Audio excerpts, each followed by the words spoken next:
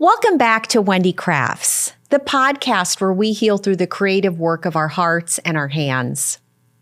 I'm Wendy Townley, and for over a decade, crafting has given me resilience, purpose, and even strength.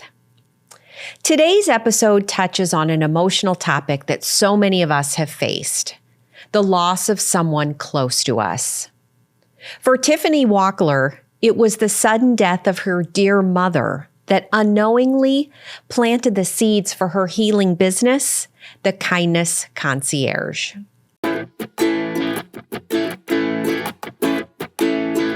I imagine many of you joining us today have found yourself in this situation. Someone close to you is walking through a difficult season. It could be the death of a family member, the loss of a job, the end of a relationship, or a series of smaller setbacks that just seem to pile up. You want to help, but feel you may not have the right words. Tiffany Wachtler found herself deep in grief after the unexpected loss of her mother. As she fumbled through the waves of emotions that followed, she witnessed creative compassion in deep ways. Tiffany said it was beautiful to see how people in her life found ways to, and I'm quoting Tiffany here, love me a little louder and create a safe place for me to fall apart. On this episode of the Wendy Crafts podcast, you'll meet Tiffany and hear how those little compassionate acts became the foundation of a creative and healing service she offers, known as the Kindness Concierge. Keep your Kleenex nearby. Tiffany's story will touch your heart. Well, welcome to the Wendy Crafts podcast. Tiffany, I am very excited for today's conversation. I already know that it will incorporate a wide range of emotions and topics, and I appreciate especially your vulnerability and the journey we're about to take together. So thank you so much. Thank you so much for having me. It's a real joy to be here and talking with you. Absolutely.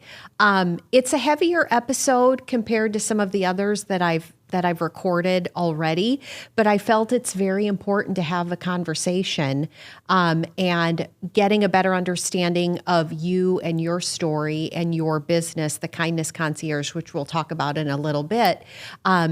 I know it will be of value to people listening today who are looking for a little comfort, solace, direction.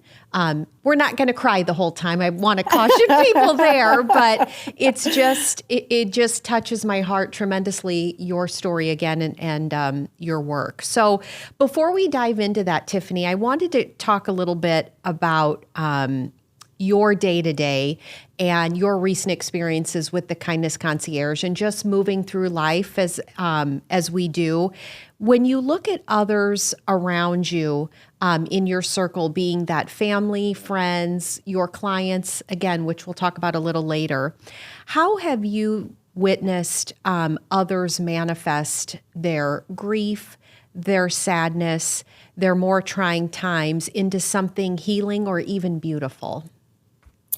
Well, that's a great question. I think especially when we so often associate kind of the sadness or the weight of hard times, how you navigate through that. And so I think some of the ways that I see people, especially close to me, moving through that is with joy and laughter. Mm-hmm. I think having permission to laugh during what can be some of the most difficult times in your life. I think about times that I experienced and what a little bit of joy came in a day by way of humor. So I think one of the ways I see folks doing that is really finding those moments of levity, even if they're moments that folks can't relate to because the situation feels grave or heavy, but finding that for one another.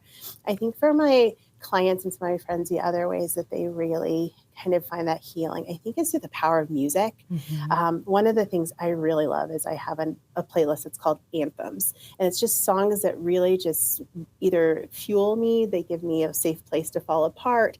I just think lyrics and lyricists are so magical, how they take things and make these beautiful songs that we can all relate to on some level.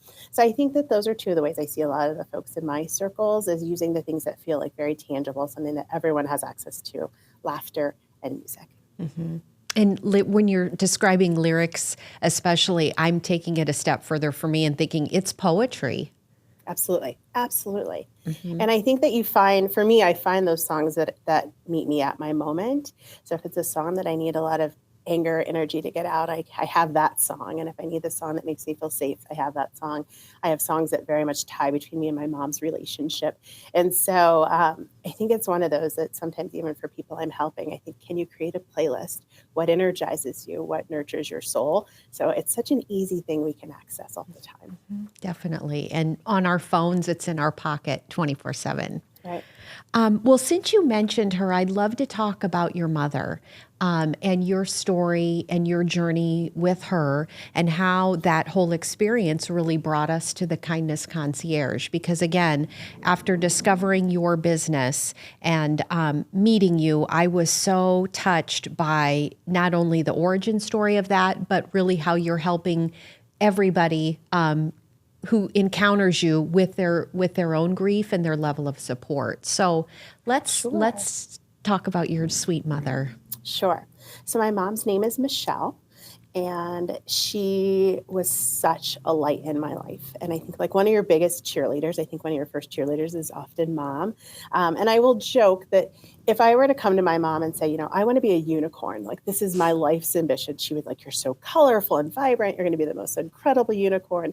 If I went to my dad, he'd say like, have you ever met a unicorn? Like how much unicorns make? Like what's the path to a unicorn? My dad would have Do they have a retirement plan? Right. What's the health insurance situation? Absolutely. And so while he's incredibly supportive, he's so practical. Whereas my mom had this unguarded belief in me. And so, you know, it was really a powerful role model to have her in my life. And in March of 2016, she suffered a stroke. And so her life changed a bit with not having mobility on one side of her body.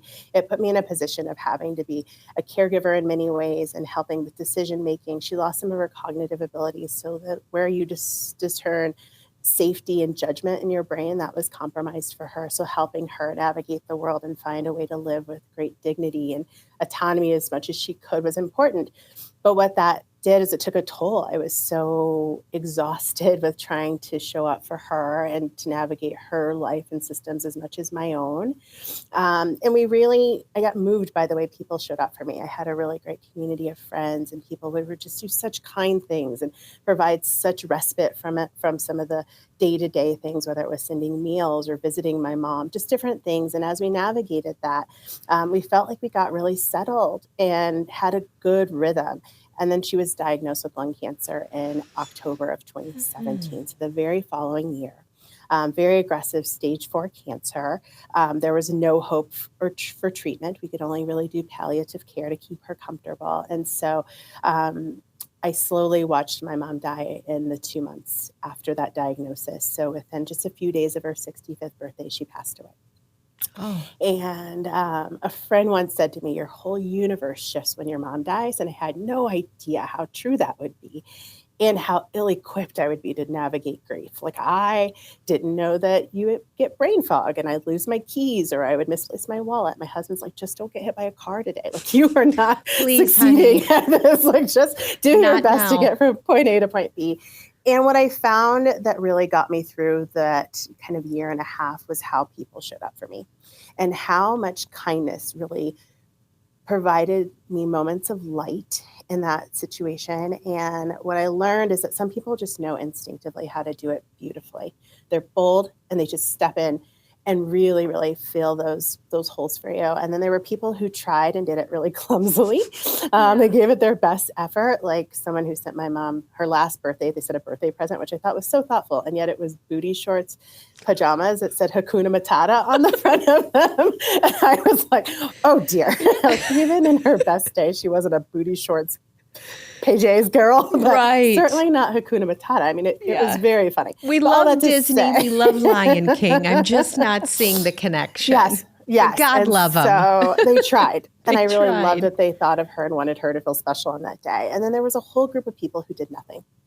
They did absolutely nothing. And at the time, it felt like distance. I felt so hurt by not, like, you kind of look around, like, where's Susie Cream Cheese? Surely she'd be here for this biggest thing in my life that's happened. And what I learned later is that a lot of people just felt paralyzed. They didn't know what to do. They didn't know how to meet the moment.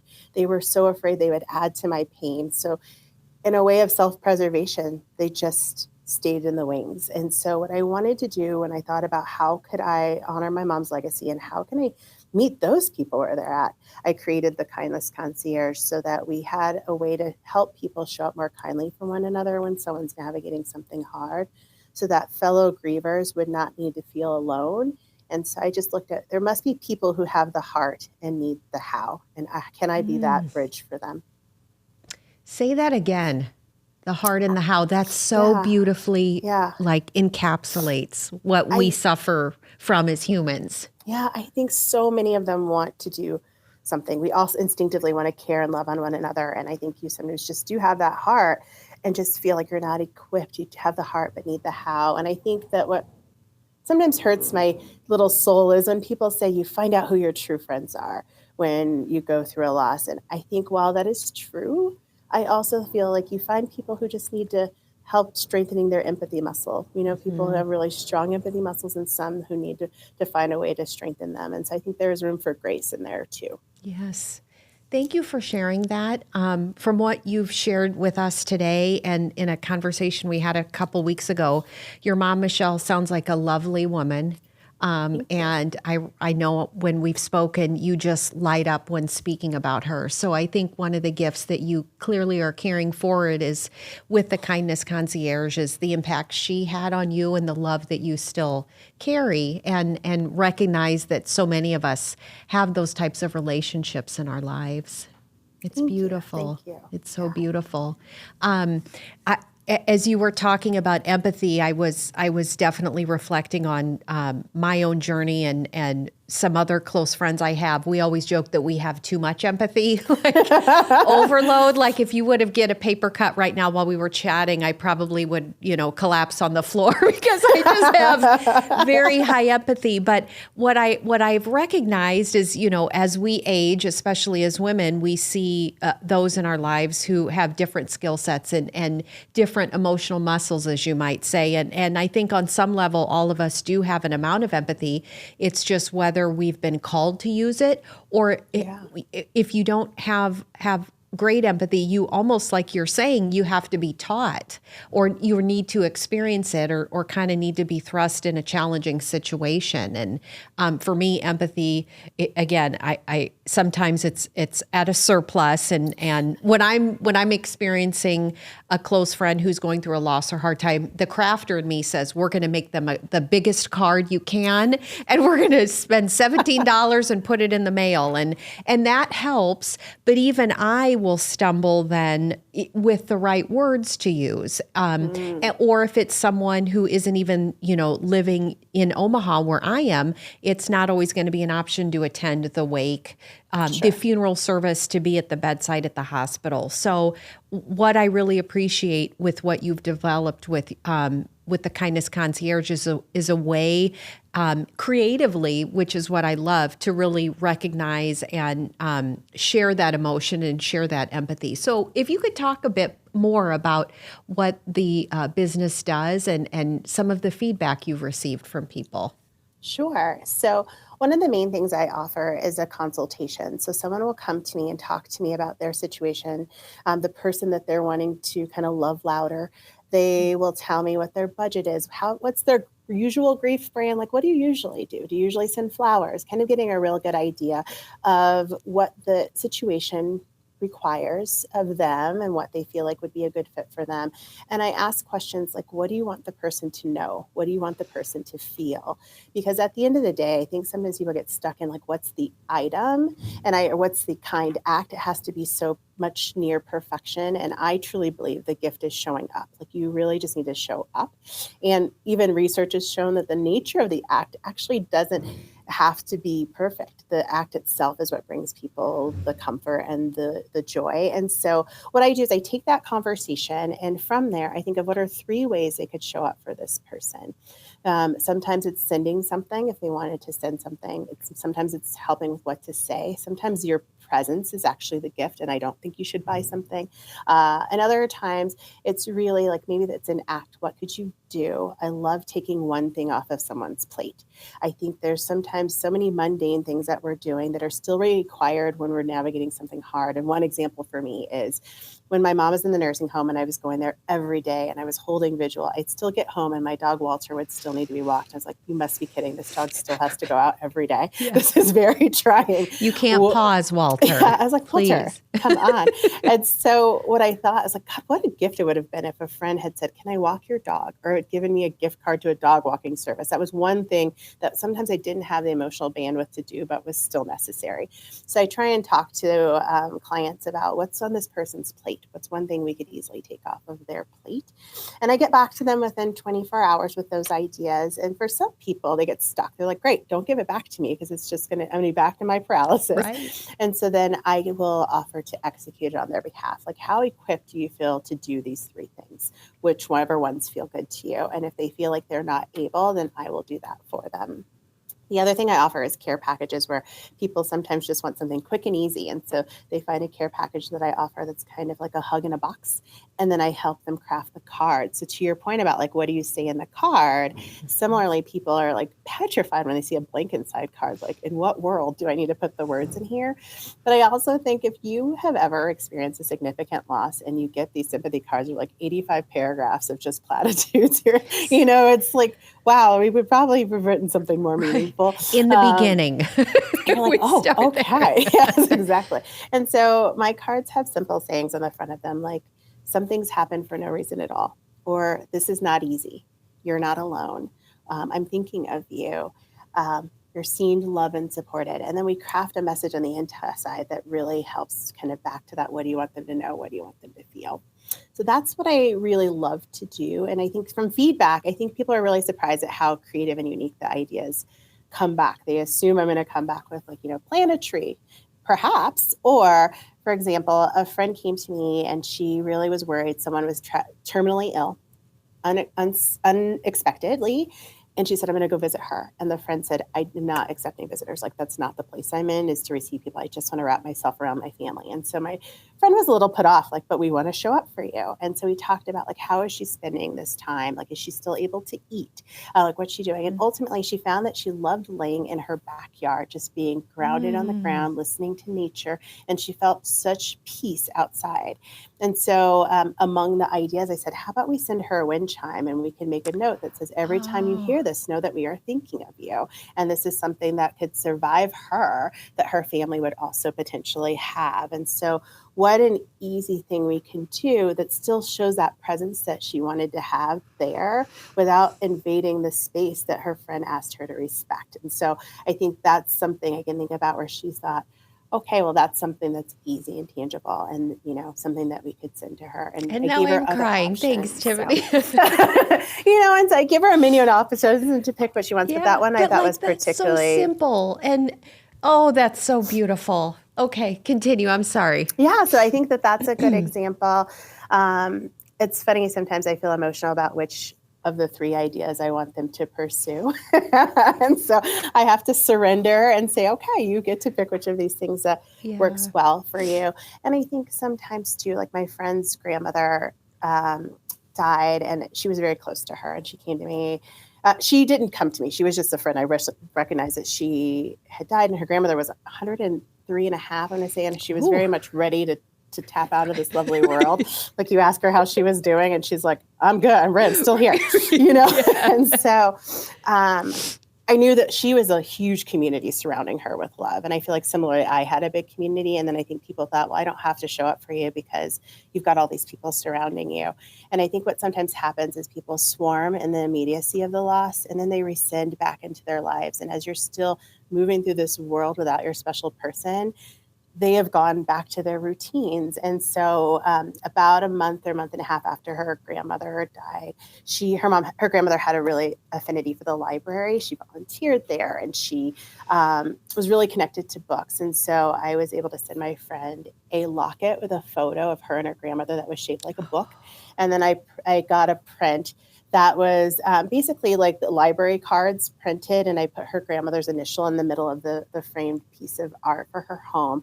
And I basically wrote a note that was like, I am so happy that you all had so many chapters together and that your story has been so beautiful. And as you move through this new chapter, just know that you're not alone, and that you can always visit these special moments. And so for me, I think the creativity comes with like, life is in the details. How can we hone into one detail, and knowing that like people maybe have kind of receded a bit, I'm going to step in. And I think that that's sometimes really important.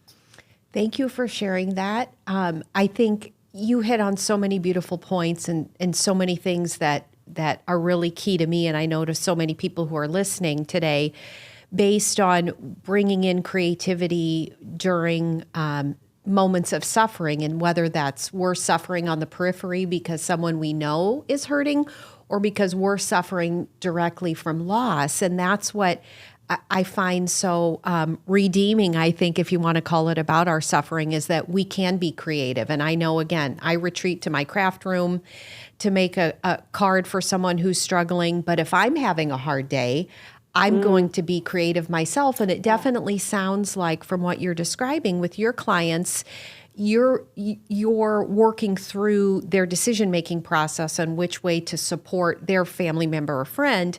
They're being creative, like you're leading them to be creative, and they may not even recognize it, just by not only talking about the individual, but the different opportunities that you offer. I love that. Oh, thank you. Thank you. I think it is so important. And I think you raise a great point about kind of how do we fill our own cups when we're kind of navigating something, or if we need that space. And even when my mom died, I took up what I called trash painting at the suggestion of my grief counselor. And she's like, paint with abandon. Just paint with the intention of throwing it away. And I think what's lovely about creativity is it's a space that can be without judgment, and that there's play involved. Yes. And that I was able to paint the most horrendous little mini paintings, like little 3x3 canvases, and just toss them right in the trash. I felt no worry about it, because my intent was just to pour all my emotions onto the canvas. And so I think even just giving ourselves permission to be creative without judgment and without expectation, and with just the safety of whatever you create is what's meant to be created. I love that. And how did you feel as you were finished with these little paints, these little paintings, and then tossed them? Tell me how you felt. I felt justified. Throwing a lot of them in the trash. Was there some table banging at the time? No, I was like, yes, this is not what I would want in my home. This is hideous. I'm not even donating it. Yeah. Occasionally I would show one to my husband and have him try to guess what this was. And I think one was a tree, and he guessed something very different from that. And I was like, okay, there you have it. But you weren't offended because you were not emotionally attached. No, and I think it's because I was set up going into it. I like to control things. I love some perfection. So it was a real exercise for me. And like, how can you just let this be? And I have a friend who always says, just let the story unfold. And so I would just kind of let the painting unfold. Oh. Yeah, you're hitting my heart in a big way, because within the past year or so, shortly after some family health issues that my family have been going through, I discovered junk journaling. And although I haven't got to the point where I've thrown it away because I love my craft supplies too much, I could get there on really hard days, though. I definitely fill my junk journal with things with zero abandon, zero structure. It's just, purely just like a safe space for me. And I can definitely envision that that's what you provide for your clients. And then you did for yourself when you were doing that paint. We could call it, I think you said it was a rage painting. I love that. It's great. I wanted to ask you, if you're comfortable today, to talk a little bit about the final weeks with your mom. If you'd be willing, I'd love to know if the two of you talked about her, her passing and her not being on earth anymore. That is such a great question. I learned everything about what happens when someone dies from TV and movies. And so I anticipated us having these very meaningful, like Hallmark-like conversations where she'd tell me all the things she'd want to say, and I would say all the things I'd want to say. And my mom was not here for any of that. She was very funny and very like quick-witted and life in general. Mm-hmm. And so I remember trying to ask her questions, and she's like, where are these questions coming from? And then I would, be giving these speeches. And at her last birthday, I had this whole deal. She said, you're so long-winded. And she was just done with it. And even at her funeral, I was like, I promise not to be long-winded, but I got some things to say. And so in many ways, when I actually felt kind of robbed of that opportunity and connection with her, and I felt like, hospice does a really beautiful job of telling you exactly what to expect. And I'm a good student, so I read all my little pamphlets, and I was trying to like check off things as they happened. Like she might start to see, people that she knows from her past, or she might have visions that you aren't privy to, and how to walk alongside her in those. And so I'd get to some of these things, and the task for me was to make her feel safe and comfortable, and to walk alongside that journey with her, even as my heart was breaking, because I knew this was moving her closer to her death, and wanting to have some meaningful connections. And also there's times where the lucidity wasn't quite there. Mm-hmm. And because of the stroke, I wasn't sure, like, how much does she really get what's happening, and how many decisions is she making? I think it was really, really hard for me, because I sometimes had people say, like, you're so lucky you get to spend this time with her. Or using my least two favorite words of comfort, which are at least, never comforting, at least you get to say goodbye. At least you have these moments. And what instead I felt was just the pain of bearing witness to someone that you love. I think it was harder watching her go than actually saying goodbye. I think there was something to, like, letting go wasn't the hard part. It was watching it happen that I felt like it was really challenging. And I wanted so much for her to feel safe. I think one of the things that you kind of learn is giving your person permission to die and to say goodbye, and that you're going to be okay. So I feel like I was providing a lot of affirmations that we're going to be okay. Like, you've done the strong thing. You don't need to be strong anymore. Coincidentally, my grandmother, who until my mom died thought she was going to pull through, like, until that actual day, she was coming right behind me, like, Mom, you can go. And she's like, oh, or you could stay. Or you could stay. So I think she got some mixed messages. One or the other. Your call, not mine. And I think, like, that holding visual, you want to be there to love your person, and you don't realize, like, the emotional toll it can take on you. And I think it's an honor to be alongside someone.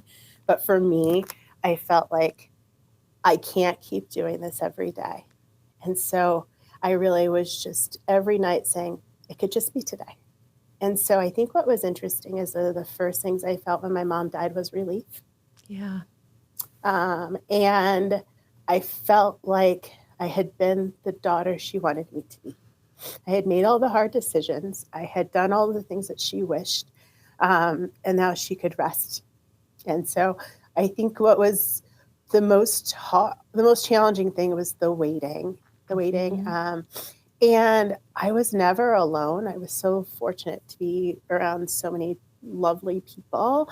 But for me, it was a really hard thing to navigate, that I just wanted to expedite it. I just wanted to get to it. And not knowing what grief was on the other side. Joke's on me. Yeah. You just wait. But yeah, that's what it was like. It really was much harder than I could have imagined.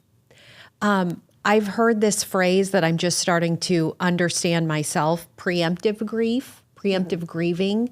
Have you heard about that concept? Yeah, I did. And sometimes we talk about anticipatory grief, very similar. Same thing, yeah. Same thing. I did experience, I had a health crisis when my mom was dying. And I saw a physician, and I thought I was going in for a cold, and it turns out my blood pressure was in the stroke zone. And I was on medication, and they kept saying, I don't understand how this isn't getting better. And finally, I had a physician who I hadn't known well, and God love her, because she said, what else is going on in your life? And I said, well, my mom's dying. And she says, this is not a health crisis. This is your heart breaking over your mom's death. Like, you are anticipating her loss. And that's what prompted me to start grief counseling before my mom died. And I think that, my grandmother now has some cognitive challenges, and I feel like we're doing it again, kind of as we watch her changing and moving through this cycle of her life is just you do have that where you're, you Mm-hmm. know what's next. Well, and I think if we're lucky enough, it's our role as sons and daughters to bury our parents. And I am, in my now getting to be late 40s, and I'm surrounded by friends my age and older who have done that. And instinctively, like, we know that they pass before us. Right. But then it happens, and then you start to prepare for it. And I know that will be the case with my parents and aunts and uncles and all that. And as silly as it sounds, I do not want to make a comparison between your dear mom, Michelle, and my dog, Barley. So let me underline that right now. Sure, of course. But Barley is one of two Westies, and he is 14 and just learned from the vet that he is struggling with pancreatitis and has been for a while, and it's not getting better. So they're suggesting to see a specialist. This just happened yesterday. And so I found that I'm not saying Barley will be dead tomorrow, but like I immediately started getting into that anticipatory grief phase. Right. And he's sitting there like wanting to be fed and let out and everything's okay. And I just kind of like chuckled at that. And so granted, again, do not want to make a comparison between my dog and your mother, but Sure. I recognized very quickly that this is the human condition, that we want to be in suffering as short amount of time as possible. So if I can just like start processing it now before he passes, then it'll be fine. And your point of what's at the other side, that laugh comes from living. So understanding that. And I know you're a dog person with your dear Walter. I do. And Walter's 13. Okay. And he's losing his hearing. And it's so funny because I think it's beautiful that you recognize that was a grief response and that you saw it and were able to kind of name it. I have so much anxiety about this dog potentially dying. And every day it's not potentially though. That's the thing we have to tell ourselves, Tiffany. They will. I don't know if that's true, Wendy. But I even have like conversations with Walt. I'll be like, don't die, Walt. Don't do it. Yeah. And my husband's like, he's going to die. I disagree. You're not helping. But I definitely find that I've got a lot of anxiety about it. And because for me, that dog has brought me through some of the most challenging parts of my life. And so it is very funny that I'm negotiating with this dog all the time. Every day. I'm carrying that anxiety. Like I can tell, but I think it is lovely that you're able to kind of name it and think, okay. Yeah. And I bet they both have lots of fun-filled days ahead of them. But I have this happen too, even, if a family member close to me has a medical situation, or, there's times where I just immediately think like, I don't know if I can handle another loss. So I think that sometimes happens. And I think two things I want to just touch on is I do feel like sometimes we don't give people permission to have the same amount of grief for a pet. And I think that's a tremendous loss. And I think that we experience grief in so many ways that don't also include deaths. If someone loses their job, there can be grief. If someone loses a friendship or relationship, a change in our health status. And so I think that it's nice to also give each other permission to experience that loss and what comes alongside that, no matter what it is. And I did have someone when my mom died who didn't show up well, and wasn't a relationship I think that we necessarily needed to preserve.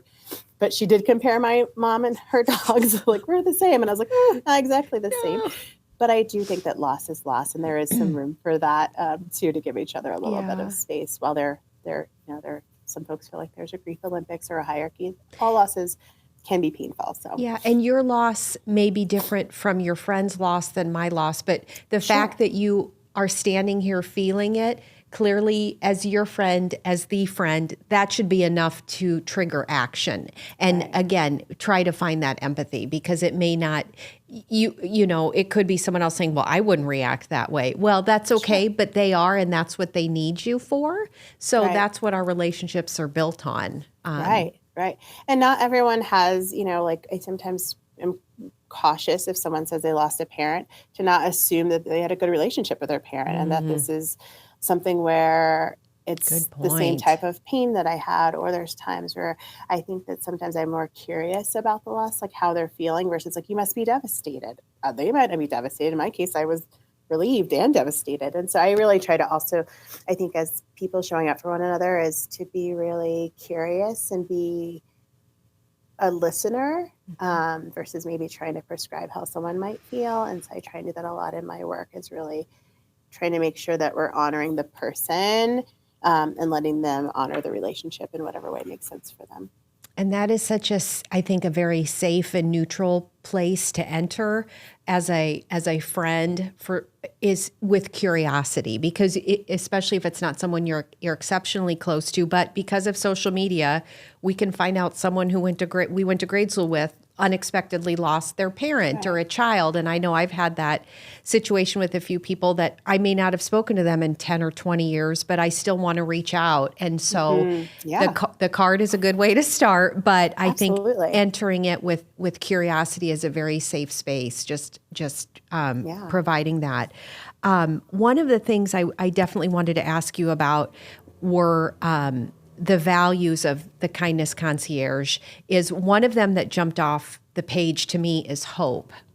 So talk about that, the need for hope, and why that's so critical to you and just the world in general. Sure. It was really important to me when I was picking the values of Kindness Concierge to really think about, how did I get to this place? And hope was really important. And I mentioned kind of my anthems.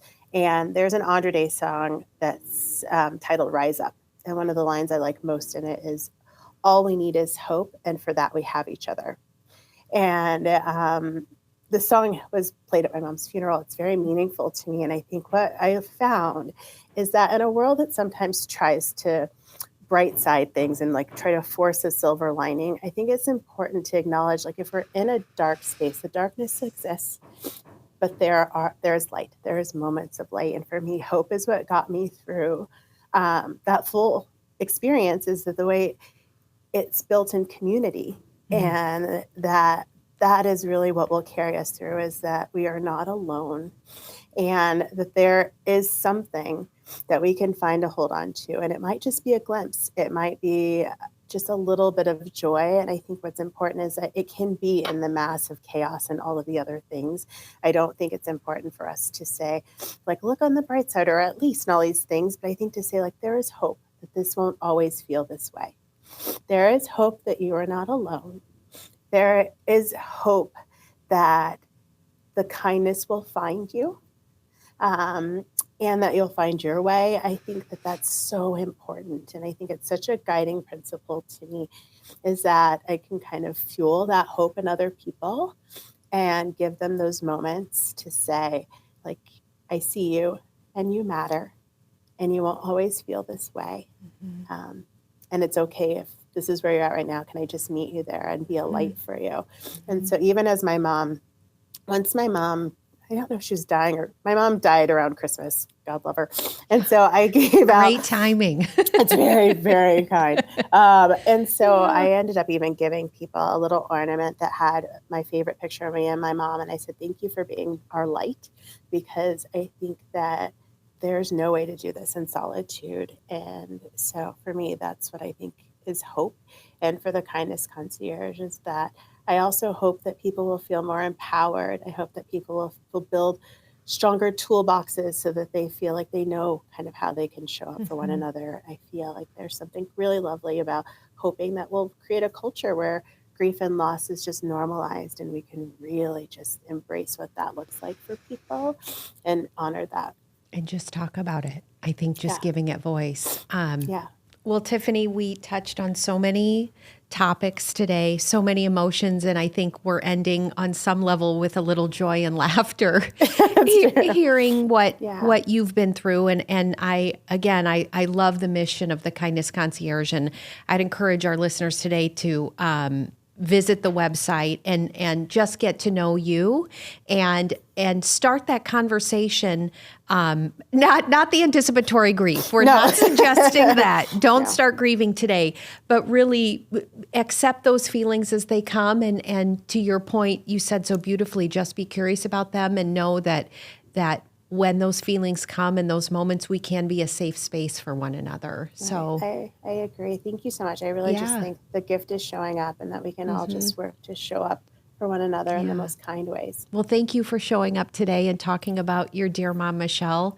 I have a picture in my mind of her already, and just, I'm sure some of the good laughs that you two shared over the years. And there's definitely, I feel, a mission that you're carrying forth in her honor and in her memory. It's very important. It might be long-winded, but I certainly... Which would she appreciate, or would she be rolling her eyes at this point? Tiffany, wrap it up. Yeah, exactly. So with that, I thank you very much for your time. Absolutely. Thank you again.